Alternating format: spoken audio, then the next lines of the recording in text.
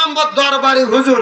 মানে দেশে কি হচ্ছে, রাষ্ট্রে কি হচ্ছে, ইমানদারদের কি খবর, ফিলিস্তিনে মুসলমানরা মার খাচ্ছে, এই দরবারের আলেমদের কোনো টেনশন নাই।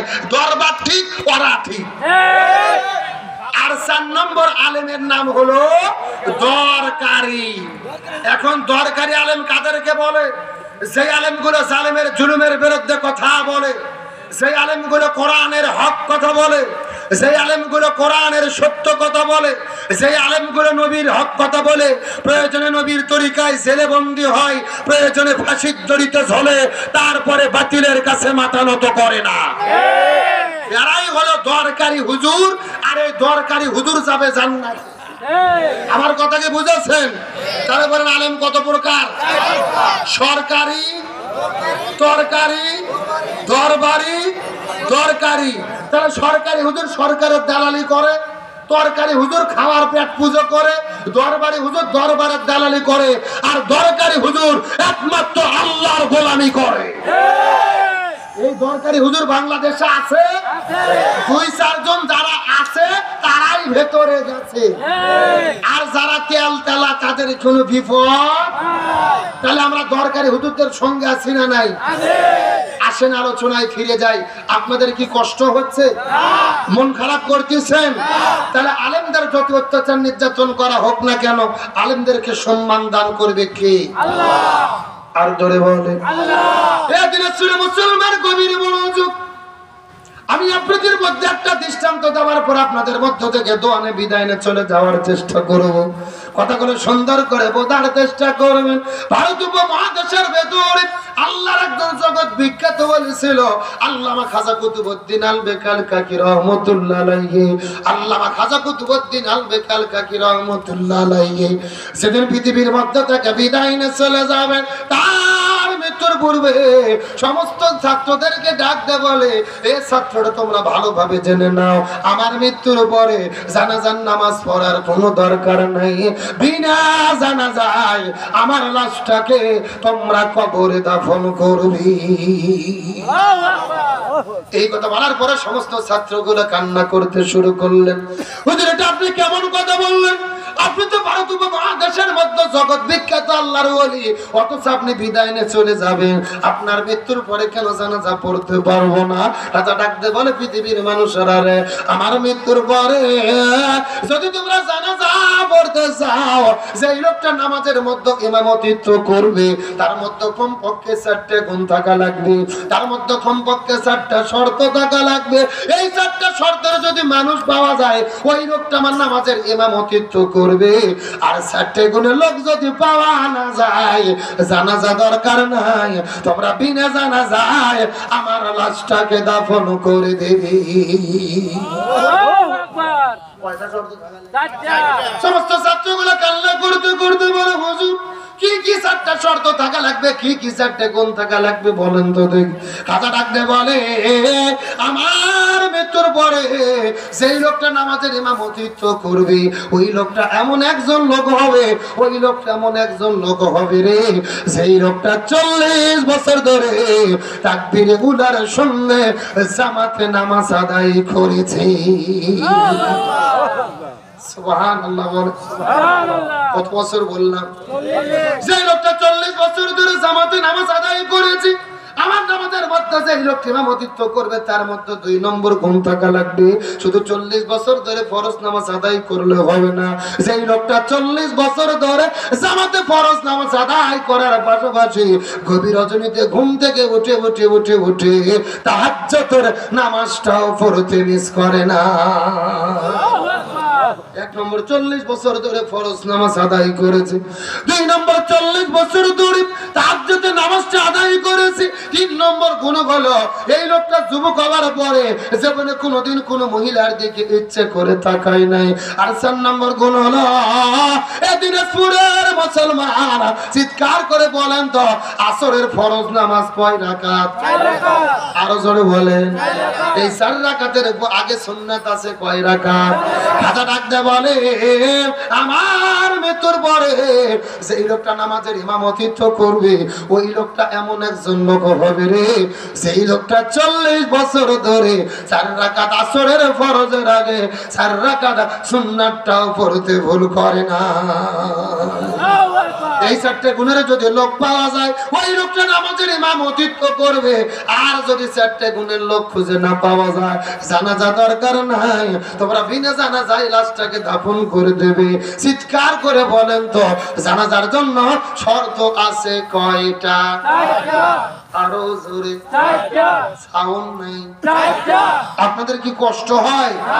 এই যে আমি বসে আছি মাঝখান দিয়ে সোজা, ডান দিকে এক ভাগ বাম দিকে আর এক ভাগ, আপনারা মুখ বন্ধ করেন, আপনারা বলেন তো দেখি খাজার জানাজার জন্য শর্ত আছে কয়টা?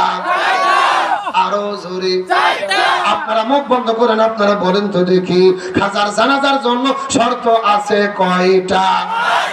ওরে বাবা, কে রে ভাগ করে দেন, সাউন্ড বেশি হচ্ছে, তার মানে আপনারা হিসাবে করতেছেন না। মুসলমান গভীর মনোযোগ, ডানে যারা আছেন কথা বলবেন, বামে যারা আছেন কথা বলবেন, মঞ্চে যারা আছেন তারাও কথা বলবেন। সবাই মিলে চিৎকার করে বলেন তো খাজার জানাজার জন্য শর্ত আছে কয়টা? আরো জোরে, জোর হলো না? এই 4টে শর্তের লোক পাওয়া যায় কিনা, আর শেষ পর্যন্ত জানাজা হয় কিনা হয়, আলোচনাটি আর মিনিট 15 চলবে। কথা বলেন চলবে? আলোচনা চলছে, চলছে। বাতিলের কাছে মাথা নত করা যাবে? কোরআনের হক কথা বলতে হবে। হুকুম কার? এই দিনাজপুরে মুসলমান গভীর মনোযোগ। এই যার 1 সপ্তাহ পরে বাংলাদেশে আসছে রমজান মাস। এই রমজান মাসের ভেতরে মানুষেরা কত কষ্ট করে জীবন যাপন করে, আর দ্রব্য মূল্যের ঊর্ধ্বগতি, মানুষেরা কত কষ্টে।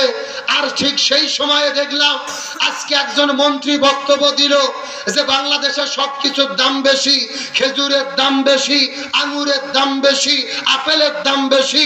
আপনাদের খেজুর আর আঙুর খাওয়ার দরকার নাই, আপনারা বড়ই দিয়ে ইফতার করেন। কথা বলেন, এমন বক্তব্য কি সহ্য করা যায়? বলছি যে খেজুরের দরকার নাই, আঙুরের দরকার নাই, পেয়ারা আর বড়ি দিয়ে আপনারা ইফতার করেন। আমরা বলতে চাই গভীর মনোযোগ, দ্রব্য মূল্যের ঊর্ধ্বগতি, এই দ্রব্য মূল্যের ঊর্ধ্বগতিকে নিয়ন্ত্রণ না করে, দ্রব্য মূল্যের ঊর্ধ্বগতিকে না কমাইয়া মানুষদেরকে বড়ি দিয়ে ইফতার করার পরামর্শ দেওয়া, এগুলো হাসি ঠাট্টা তামাশা ছাড়া কিছু হতে পারে না। খুব ভালো করে বুঝবেন।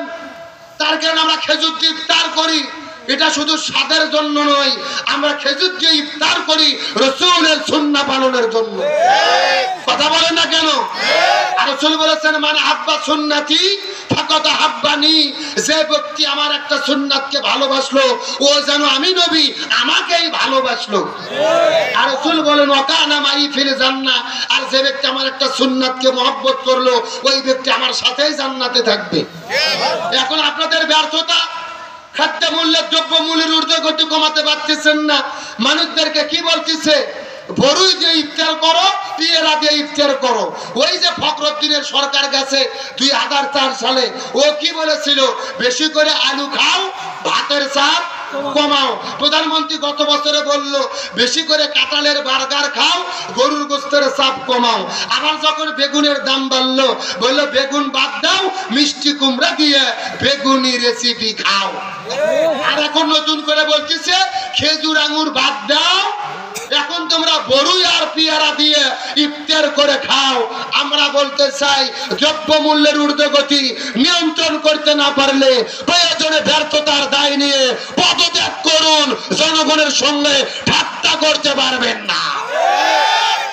জনগণ ইফতারিতে মুড়ি খাবে, ছোলা খাবে না, পানি খাবে না, পেয়ারা খাবে না, আঙুর খাবে না, গুড় মুড়ি খাবে, এটা তোমাদের থেকে জাতি শিখতে চায় না। আজকে দেশের একটা কি অবস্থা?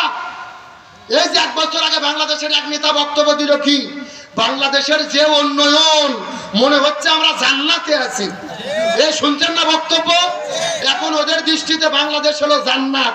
এখন আপনারা এমন জান্নাতে আমাদেরকে রেখেছেন যেই জান্নাতে গোস্তের বদলে কাঁঠালের বার্গার খেতে হয়, যেই জান্নাতে খেজুরের বদলে বড়ি আর পেয়ারা খাওয়া লাগে। এই কথা কন না কে? এমন জান্নাতে আমরা থাকতে চাই? দয়া করে আজগুবি বক্তব্য দেবেন না। আপনাদেরকে অনুরোধ করে বলবো, যেই বক্তব্য আপনারা দেন ফেসবুকে একটু 5 মিনিট দেখবেন জনগণ কি কমেন্ট করে। ওই কমেন্টগুলো পড়ার পরে যদি আপনাদের লজ্জা শরম থাকে, এই রকম বক্তব্য আর আপনারা দেবেন না। আমরা জাতির সঙ্গে হাসি ঠাট্টা তামাশা দেখতে চাই। আর শুধু যে বলছি তুলতে কি করবেন? বাংলাদেশের যারা ব্যবসায়ী এরাও তো সমস্যা। সারা বছর দাম যদি কম থাকে, রোজা হলে দাম বেড়ে যায়। কথা কন না কে? সৌদি আরব যান, কাতার যান, কুয়েত যান, ওই সমস্ত জায়গার ভেতরে রোজা যখন আসে দাম কমে যায়। আর বাংলাদেশে কি হয়? বেড়ে যায়। বাংলাদেশের এই ব্যবসায়িকেরা সারা বছর করে চুরি আর রোজা আলে করে ডাকাতি। আরো ধরে কম। এই জন্য আল্লাহ রাসূল বলেছেন, কেউ যদি খাদ্য দ্রব্য আটকায় রেখে দ্রব্য মূল্য বৃদ্ধি করে দেয়, এদের উপর আসমান জমিনের সবকিছু অভিশাপ দেয়, ফেরেশতারা অভিশাপ দেয়, সাগরের মাছ পর্যন্ত অভিশাপ দেয়। ব্যবসায়িকদেরকে বলবো আর কষ্ট দেবেন না। রমজান আসতেছে,